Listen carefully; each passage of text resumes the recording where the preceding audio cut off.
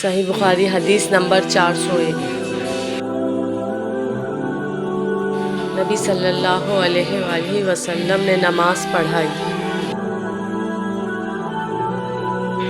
ابراہیم نے کہا مجھے نہیں معلوم کہ نماز میں زیادتی ہوئی یا کمی۔ پھر جب آپ صلی اللہ علیہ وسلم نے سلام پھیرا تو آپ سے کہا گیا کہ یا رسول اللہ، کیا نماز میں کوئی نیا حکم آیا ہے؟ آپ نے فرمایا آخر کیا بات ہے؟ لوگوں نے کہا آپ نے اتنی رکعتیں پڑھی ہیں۔ یہ سن کر آپ صلی اللہ علیہ وآلہ وسلم نے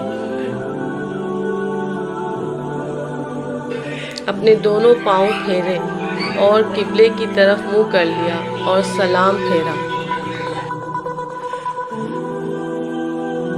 اور سہو کے 2 سجدے کیے اور سلام پھیرا۔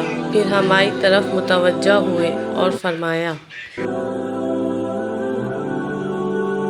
کہ اگر نماز میں کوئی نیا حکم نازل ہوا ہوتا تو میں تمہیں پہلے ہی ضرور کہہ دیتا، لیکن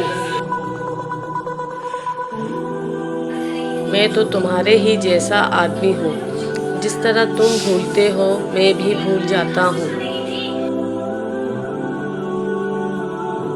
اس لیے جب میں بھول جایا کروں تو تم مجھے یاد دلایا کرو، اور اگر کسی کو نماز میں شک ہو جائے تو اس وقت ٹھیک بات سوچ لے اور اسی کے مطابق نماز پوری کرے، پھر سلام پھیر کر 2 سجدے سہو کے کر لے۔